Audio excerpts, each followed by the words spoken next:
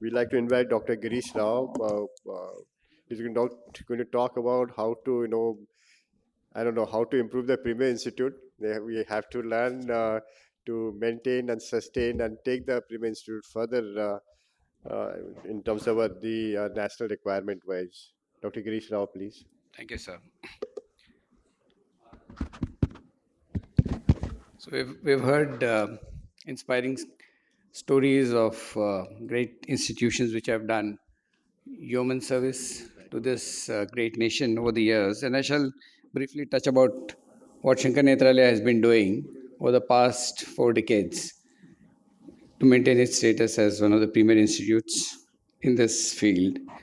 And before I go into the actual basics, I'd like to take you through what's the Greniers growth model, which basically shows the time frame that a company or an organization goes through and the challenges that it faces. So, on an x-axis of time, on an y-axis of the increase in the business model of any organization. You can put it as a company, a hospital, or any other franchise.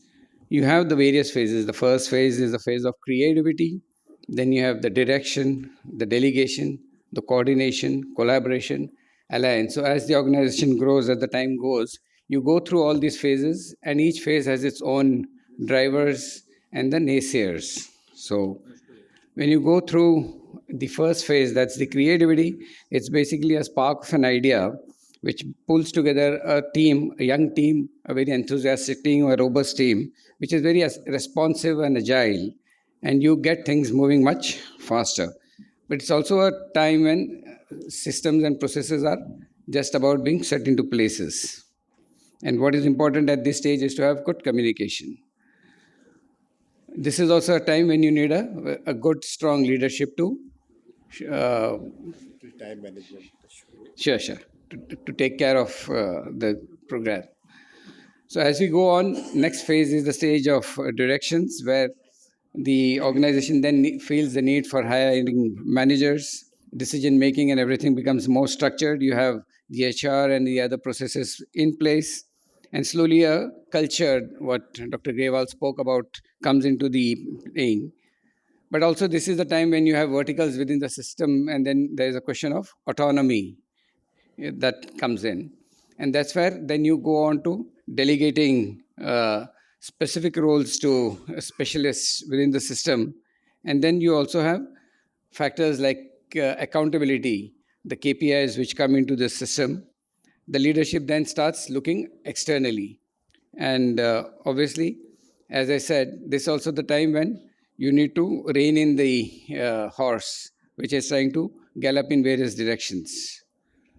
Then you come into the mature phase of an organization. That's where, as I said, all the processes set in, gel in together. You have specific roles and responsibilities for each of these verticals. And that's when you have a lot of internal coordination. But also, that's what the red tape here is. You should not have too many red tapeism within the system for the people to express themselves and take this organization forward. Then you start looking at collaborations, that where you look at collaborations, both internal and external, through alliances to take your business forward. And at this point, obviously, you need to take care of your own personal identity in a market which is very competitive. So after decades of service, we are then presented with two choices: either evolve or repeat your successful model, evolve into something which is bigger, or repeat something which you are within the comfort zone. So it said that if you want to do something you have never had, you have got to do something that you have never done before. So obviously, to succeed, you need to have a vision, you need to have the right people and the finance to go forward. So while we grew over the past 4 decades, we never lost root with our vision, that is to work with the missionary zeal and to provide equitable eye care to all sections of the society with compassion and without any discrimination. And all this, our focus was always to be a premium tertiary care institute which try to provide this tertiary care at affordable cost. And I'm proud to say that Shankar Nethralaya, 30% of our free services is specifically the tertiary care, be it the complex retinal surgeries, the corneal transplants, the glaucoma surgeries, which are done absolutely free of cost across the system. And obviously, to maintain that edge in the tertiary care, you need to keep updating with the technology, be it the heads up 3D visualization system or the state of art Plexilate OCT, which gives us the cutting edge in the tertiary care, be it in the cataract field with the femtocataracts, the wide angle viewing systems, or the latest in cataract technology. It's very important. That's what keeps the your manpower, especially consultants, glued to the system because they know that they are working with cutting edge technology, which gives them the platform to express themselves. And here, retention of manpower is very critical in the system. Obviously, academic played a very important part for Shankar Nethralaya, and we uh, we are the first movers in terms of optometry services. And over the past 3 decades, we have more than 750 optometrists spread across the length and breadth of the country, many of them who are heading the optometry schools at various other organizations. And we are also proud that we have probably the highest PhDs, optometrists, within our system at 8 right now. And also the need to identify and train the paramedical staff so as to keep the manpower costs down, as well as provide opportunities to the less privileged, led to the formation of the Shankar Nethralaya Academy. And I'm proud to say that almost 50% of these students are actually completely funded by the organization here. Many of them who are the first time uh,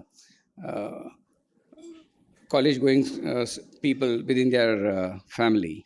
Obviously, EMR was the one which revolutionized our care, integrating technology, distance, and the people. So the EMR and the HMS help get this data into a one big data, which has helped us in collaborating with the future technologies. We have also expanded to specific areas of tertiary care, be it the dry eye app or the super specialty work, which are related to the ocular oncology, the retinopathy of prematurity, the uveitic clinics, or also collaborating with other hospitals for their neurology, radiology, or the pediatric care.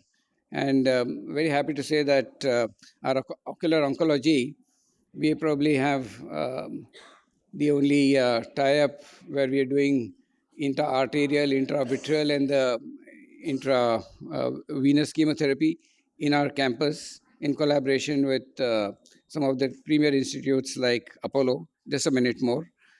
We have also tried to integrate this technology to taking eye care to the doorsteps of the people through our SNDs. So for the elderly and for the differently abled, we now have eye care right at their home. And the mobile eye surgical still remains the feather in the cap of Shankar Nethralaya. We have also had unique collaborations with various universities, both within the country and outside. The I would say the feather in our crown being the uh, recognized as a center of Can you excellence sum for up, sir? ophthalmology by Yeah. the Department of Medical Science and Technology with the IIT of Madras. So I think for the lack of time, I just wind up saying that there's only one growth strategy, that is hard work. Remember, growth and comfort do not coexist. So it's not the strongest of the species that survives, nor is it the most intelligent. It's the one who is most adaptable to change. And that's what we all need to do to survive. Thank you.